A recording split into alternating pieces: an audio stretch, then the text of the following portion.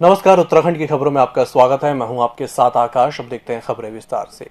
CM Pushkar Singh Dhami ने virtual माध्यम से टोक्यो ओलंपिक में भाग लेने वाली भारतीय हॉकी खिलाड़ी वंदना कटारिया से बात कर शानदार प्रदर्शन की तारीफ और महिला हॉकी टीम में हिस्सा करने वाली सभी खिलाड़ियों को बधाई दी है।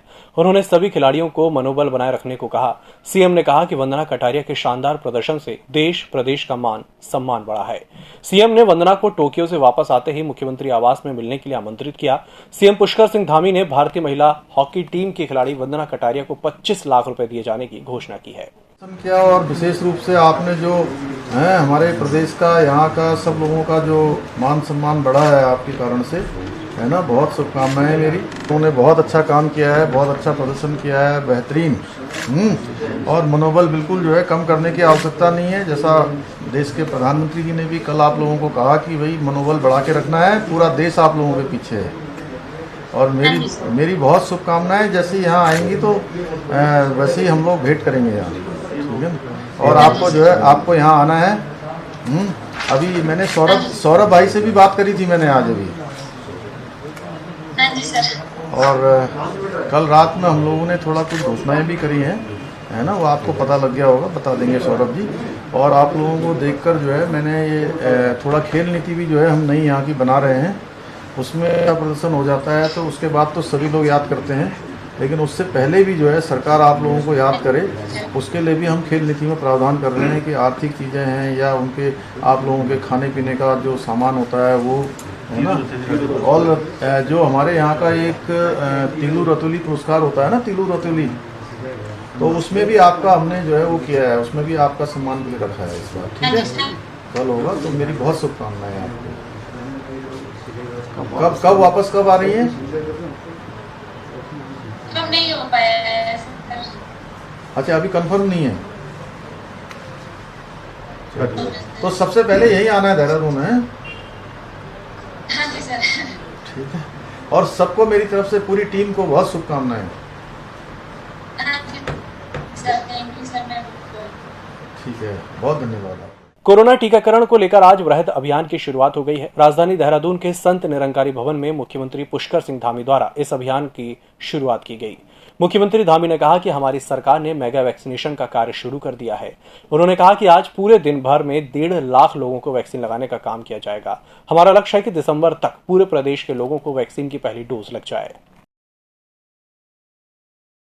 हमारी सरकार ने मेगा वैक्सीनेशन का कैंप प्रारंभ किया है, मेगा वैक्सीनेशन शुरू किया है। आज पहले दिन पूरे दिन भर के अंदर 1.5 लाख लोगों को वैक्सीन लगाई जाएगी।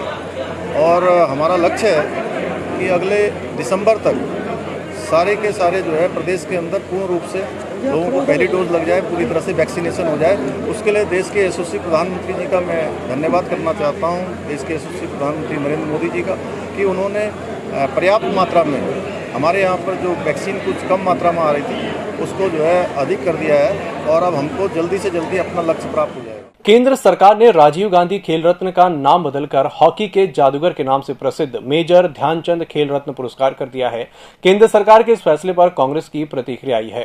कांग्रेस के राष्ट्रीय महासचिव हरीश रावत ने कहा कि गांधी नेहरू परिवार का नाम भाजपा कहां से मिटाएगी, क्योंकि देश की हर एक प्रमुख इमारत में उनका अक्ष है। कि ये नाम बदलना और दूसरे के कामों पर अपनी मोहर लगाना, यही भाजपा की नियति है। राजीव गांधी जी ने खेलों के क्षेत्र में अभूतपूर्व काम किया।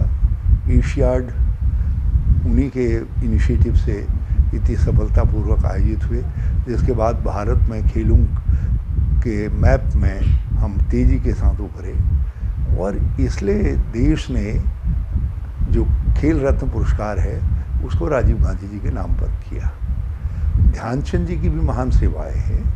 आप ध्यानचंद जी को वो दीजिए ना, भारत रत्न दीजिए। हाँ, भारत रत्न दीजिए, हमारी मांग है, भारत रत्न दीजिए आप। कोरोना कर्फ्यू के चलते इस बार भी मुहर्रम का पर्व फीका पड़ेगा। खासकर मुहर्रम के त्योहार पर जुलूस निकालकर मातम मनाने वाले शिया समुदाय को कोरोना की गाइडलाइन के तहत ही मातम मनाए जाने की अपील की गई है। मंगलौर, कोतवाली और लढौरा में सीओ मंगलौर ने शिया समुदाय के लोगों के साथ बैठक आयोजित की, जिसमें मुहर्रम के त्योहार पर मातमी जुलूस और मजलिसों को सीमित किए जाने की अपील की गई। त्यौहार आ रहा है, यहाँ पे हमारे मुहर्रम का त्यौहार मनाया जाता है। जो आबादी है हमारी मुस्लिम आबादी, उसमें काफ़ी लोग शिया संप्रदाय से भी हैं, तो उनके संग एक बैठक की गई थी। जितने भी हैं उनको बताया गया कि कोविड प्रोटोकॉल के अंतर्गत जो प्रावधान शासन द्वारा करे गए हैं उसमें के अनुरूप ही ये त्यौहार मनाया जाएगा, और जो जुलूस आदि है उसमें निकालने में प्रतिबंध है। तो जुलूस आदि न निकालें, जो मातमी जुलूस निकलते हैं मजलिसों को भी सांकेतिक रूप से करें, इसी बात पर चर्चा हुई। देहरादून प्रेस क्लब में आज CSC संगठन ने प्रेस की साथ ही संगठन ने सचिव पंचायती राज को निदेशालय पंचायत राज के माध्यम से 2 सूत्री मांग पत्र प्रेषित किया था, जिसमें पिछला भुगतान शीघ्र करने और केंद्रों को नियमित संचालित करने की मांग की गई थी। प्रदेश प्रवक्ता देवेंद्र सिंह रावत ने कहा कि यदि 1 सप्ताह में हमारी मांग पूरी नहीं होती तो अनिश्चितकालीन हड़ताल करेंगे। देखिए, इसमें हमारा मेन मुद्दा क्या है कि जो हमने ये CSC को 9 नवंबर 2020 को माननीय मुख्यमंत्री जी द्वारा एक उद्घाटन किया गया था। इसमें पंचायती राज पे काम करने के लिए जो ग्रामीण क्षेत्र है, दुर्गम क्षेत्र है, वहाँ पे CSC को नियुक्त किया था। इसमें 9,500 लड़कों में से सिर्फ 662 न्याय पंचायतों में, हमारे उत्तराखंड के अंदर 662 न्याय पंचायतें हैं, वहाँ पे एक लड़के रखे गए थे हर न्याय पंचायत पे। तो जो हमारे 662 न्याय पंचायत के लड़के वो 9 नवंबर 2020 से काम कर रहे हैं, और अभी तक गवर्नमेंट ने उन्हें आज की डेट तक किसी प्रकार की कोई पेमेंट नहीं की गई है। और अभी हमें एक चीज़ पता लगा है कि गवर्नमेंट, पंचायती राज गवर्नमेंट इस चीज़ को, और ये उत्तराखंड गवर्नमेंट इस चीज़ को रिजेक्ट कर रही है। मतलब प्रस्ताव जो किया गया था इसको ये बंद कर रहे हैं लोग। उसमें हमारे जो लड़कों द्वारा इसमें अपने खर्चे, अपनी जेब से खर्चे लगाए गए थे, जैसे रंग रोहन का काम हुआ था पंचायत भवन पे, और उनके द्वारा उपकरण लिए गए, जैसे कंप्यूटर, लैपटॉप, ये चीज़ें ली गई थी। तो उनमें लगभग हमारा एक CSC का बंदा है, उसका खर्चा रखा है 1 लाख रुपये। अभी तक किसी प्रकार के लड़कों को वसूली नहीं है, और सबसे बड़ी बात यह है कि अभी तक गवर्नमेंट ने हमें मानदेय, किसी प्रकार का मानदेय प्राप्त नहीं करवाया है। तो इस विषय में ही हमने गवर्नमेंट को कई बार इसमें विज्ञप्ति भी सौंपी है, कई विभागों से मिले भी हैं कि इस चीज़ के बारे में जो हमारे पंचायती राज विभाग है उनको भी हम ज्ञापन दे चुके हैं इस बारे में पहले भी। और कल हमारा इसमें एक हमने छोटा सा सांकेतिक धरना किया है। तो सांकेतिक धरने में हमने ये बताया कि अगर आप हमारी मांगे 7 दिन के अंदर पूरी नहीं करते हैं तो हमारा समस्त संगठन जो उत्तराखंड स्तर पर है वो 14 तारीख से इसमें आंदोलन पर बैठेगा।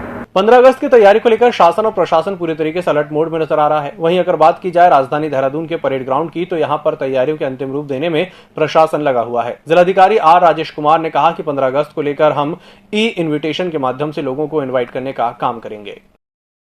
तैयारी तो अभी चल रही है 15 अगस्त की, और अभी फ़िलहाल जो है जिनको भी हम इनवाइट करेंगे, इनवाइट के माध्यम से जो है हम सबको जो है आमंत्रित करेंगे। और जो जिन जिन लोगों को सम्मानित करना है उसका लिस्ट अभी अपेक्षित है स्पोर्ट्स डिपार्टमेंट से। जो स्पोर्ट्स पर्सन है, नॉन स्पोर्ट्स पर्सन है, उनका लिस्ट अभी आएगा।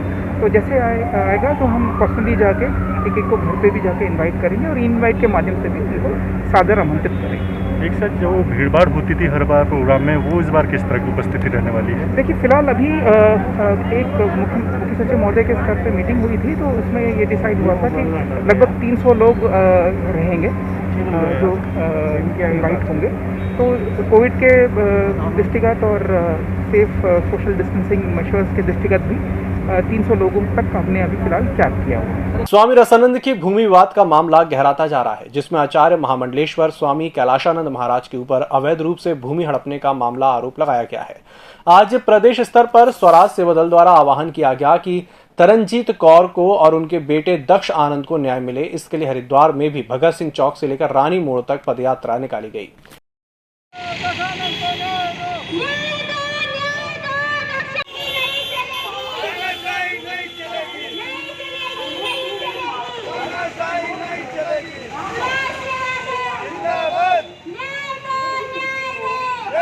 इस बुलेटिन में फिलहाल इतना ही। इसी के साथ मुझे दीजिए इजाजत। नमस्कार।